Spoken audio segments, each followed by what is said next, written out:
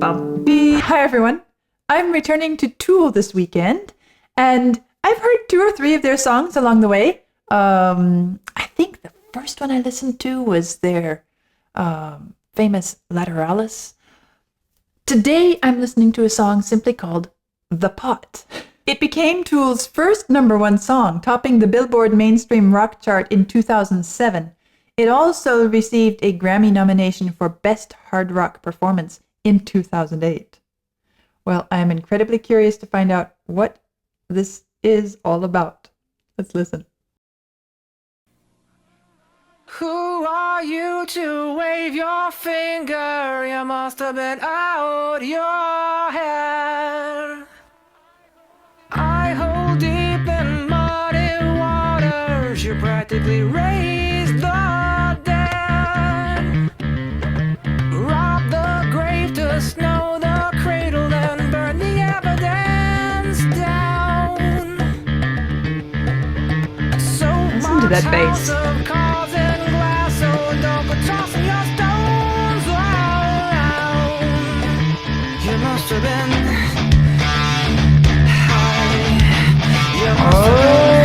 Okay.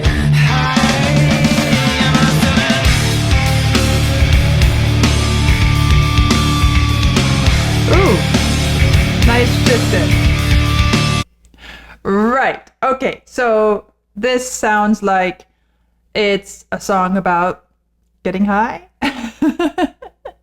which puts a different meaning to the title than I first thought of. I was thinking, okay, the pot calling the kettle black. What kind of pot is this? Okay, now I get it. Soapbox house of cards and glass, so don't go tossing your stones around. You must have been high. Okay, I really like the way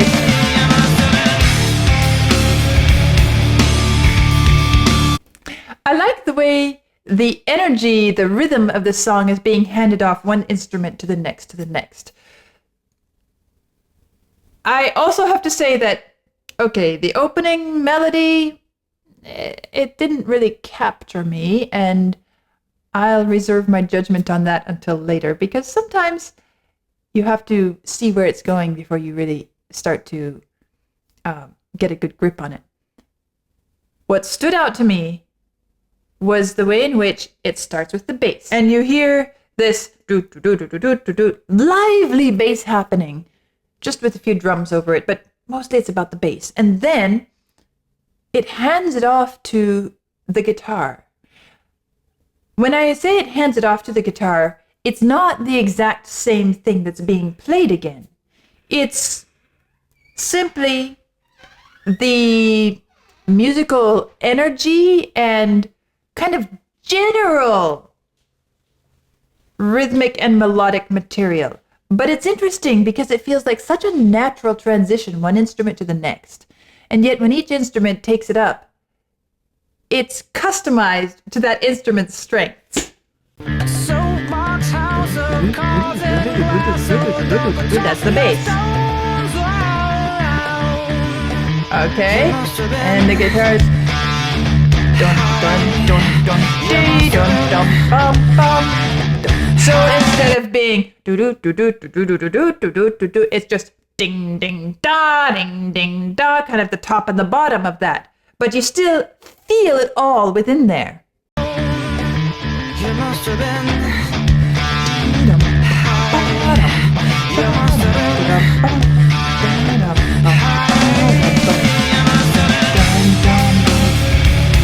And here comes the drums, also doing. And this is why the guitar didn't just go do do do do do do do do, because it was in a way kind of peeling back the layers, getting us down to the core of it, so that what we were hearing and what we were thinking and feeling would be the same when it's handed over to the drums. because the drums can't go do do do do do do do do do do do do. Well, they can, but it sounds really busy. It doesn't have the same effect as with the bass.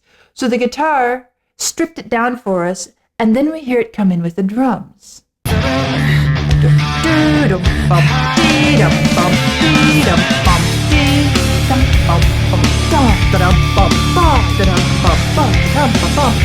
And suddenly with the drums, we hear those same two notes, bim, bim, ba, dim. But now the drums are taking those notes and dressing them up.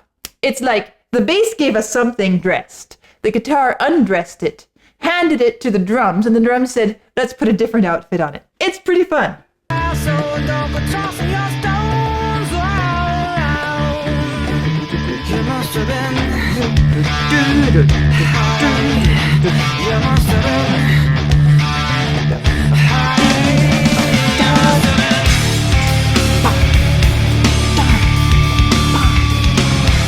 You hear that?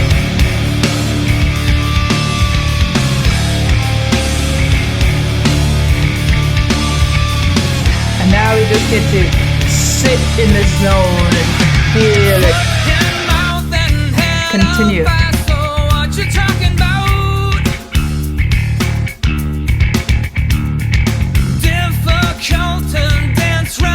Funny.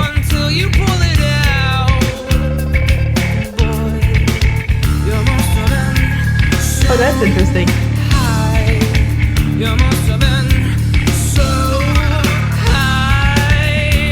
Kind of trilling, chirping guitar. Okay, again, the bass is taking it up. Here it is with the guitar again.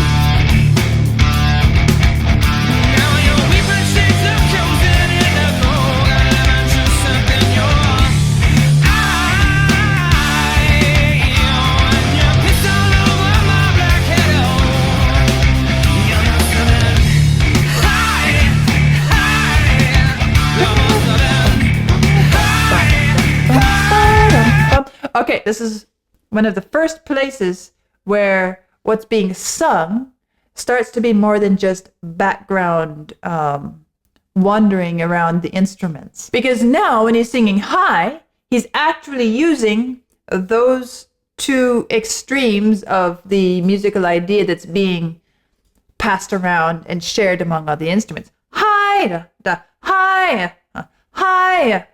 So you hear just like ding, ding, ding, ding. Ding, ding, ding, ding, ding, ding, ding, ding, ding, ding, ding. Whichever instrument is doing it, you hear bum, bum, bum, bum. That's the outer edge. And so now finally the voice has kind of found that same, should I say that same pitch groove? That's an interesting idea.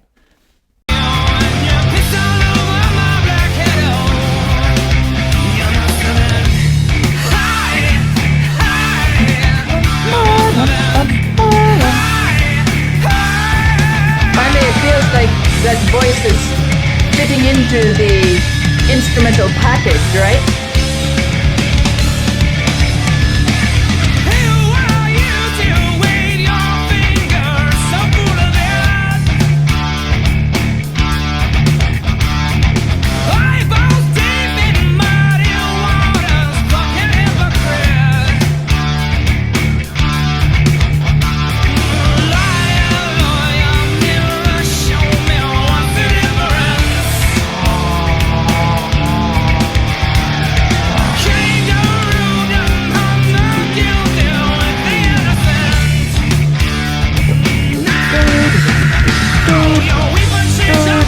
That really becomes the motif.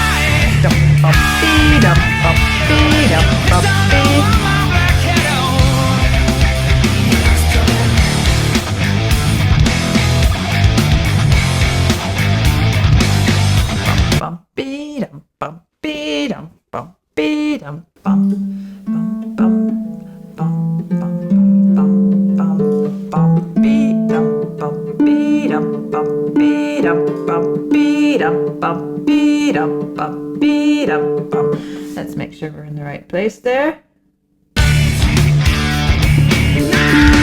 Your weaknesses are chosen in the book, and image yourself in your And then drink the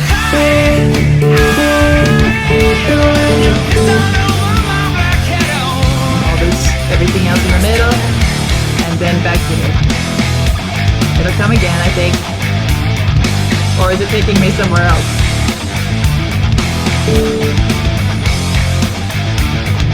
I think we're going somewhere else. Or at least a little detour.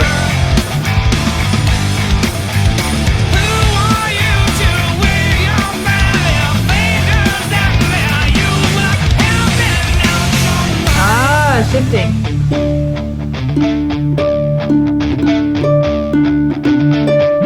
Now we're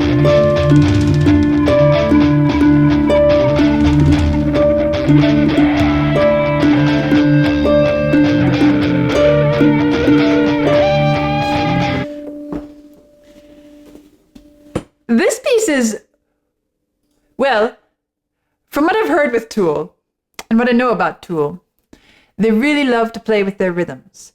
And they like to do all sorts of unusual and elaborate, complicated, and sometimes even obscure things with their rhythms.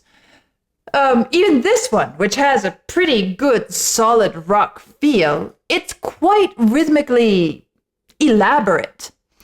So then, how do you make a piece of music that's going to hold together and hold our attention if you're up in the stratosphere with your rhythmic creativity? What are you going to do? What is it that anchors everything and holds it all together? What I'm noticing in this piece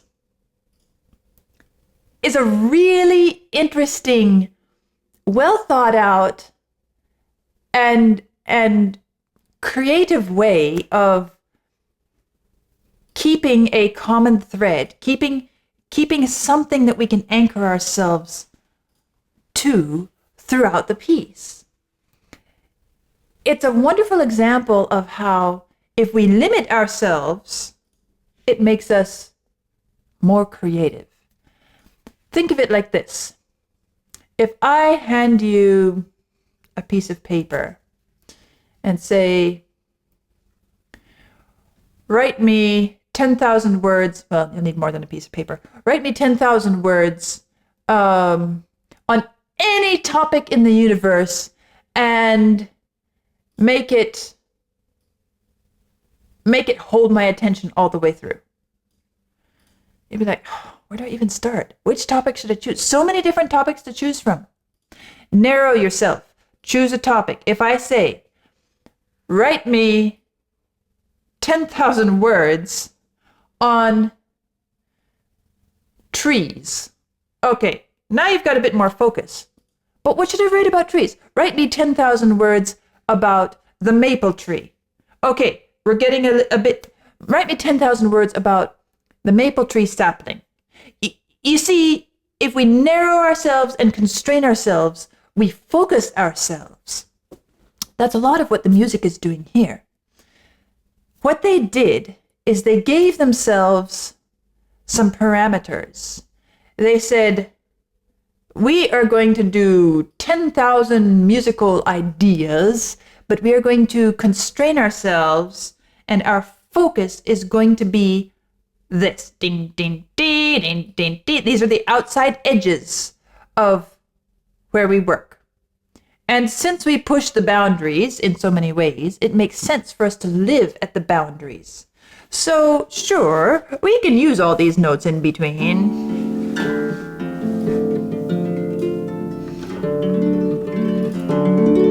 We can use everything in between here.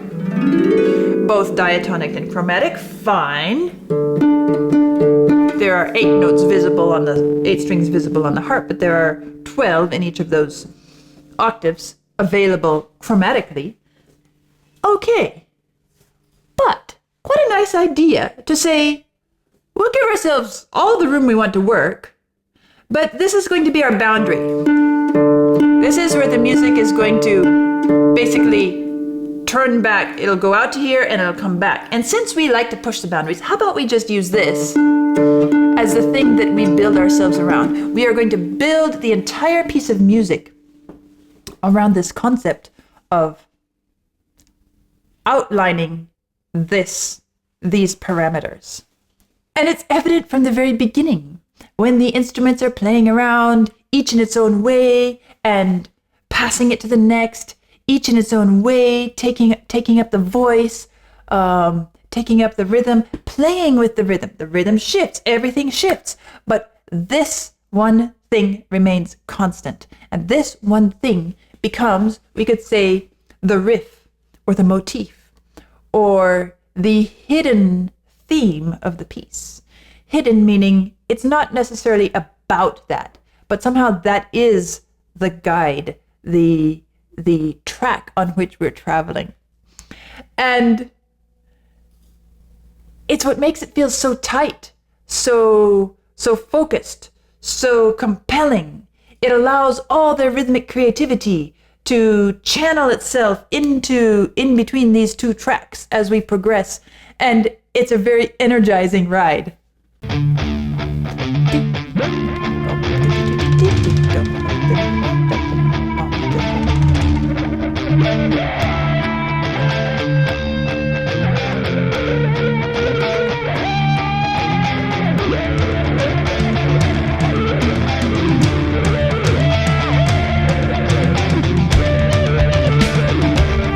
Interesting, the tone of that guitar.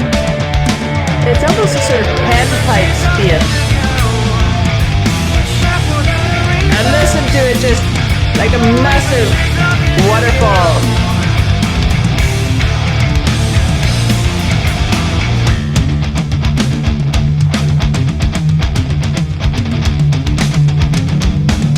Little bits of it here, little bits of it there, but we are living within those tracks. Ah, rhythm shifting again. Chink, chink, chink, chink. Something else coming in there.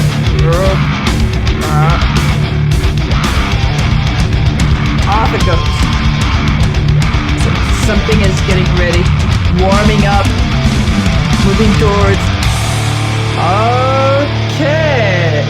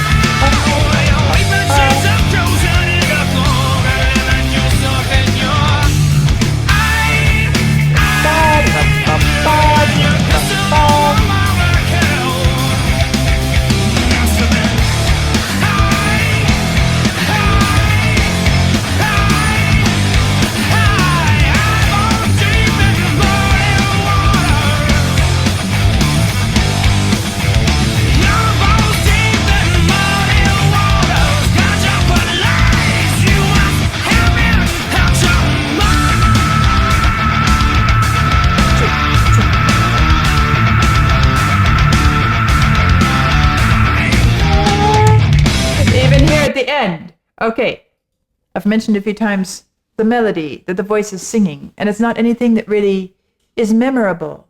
It's not meant to be, because what we're supposed to be remembering and feeling is this whole river of music that is being channeled between these two, the sides of the canal. Notice here at the end, though, where does the voice go?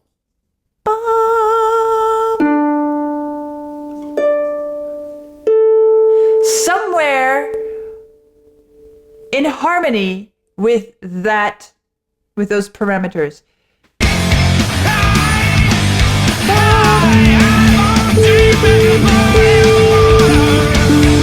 So now we have the fifth going in there as well.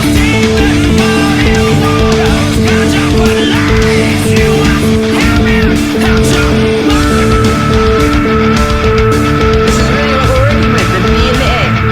The voice is on the A. Everybody else is here. Or we can say the voice is here.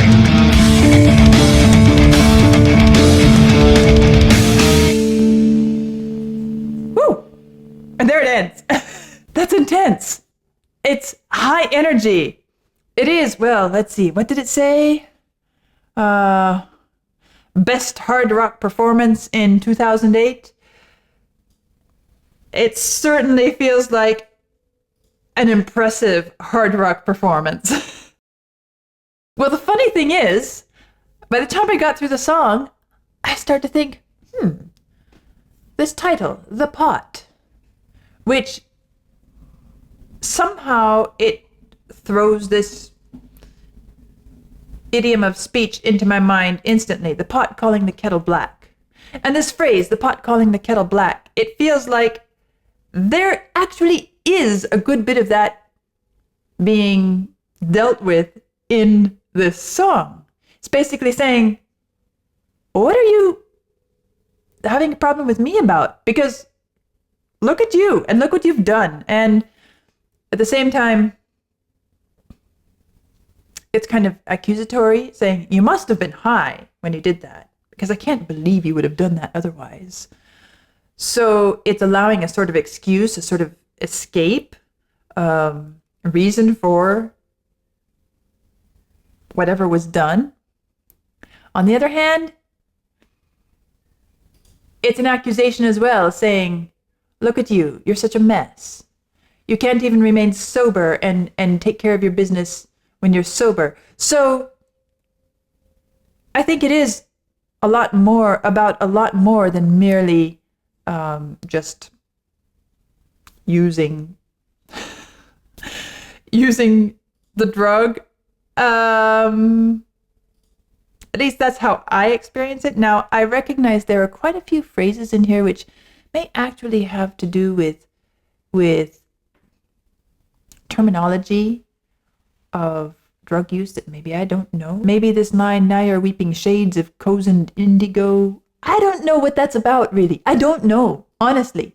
So there's probably a lot going on in these lyrics that I don't understand and I don't get.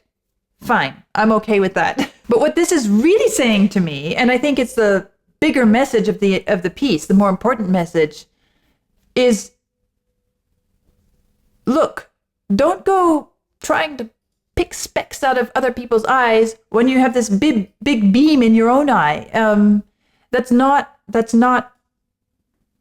the way to be. And it gives an incredibly powerful performance, basically saying, wake up, pay attention to who you are and what you're doing, and get it together, because this is a big problem. So that's my first time hearing The Pot.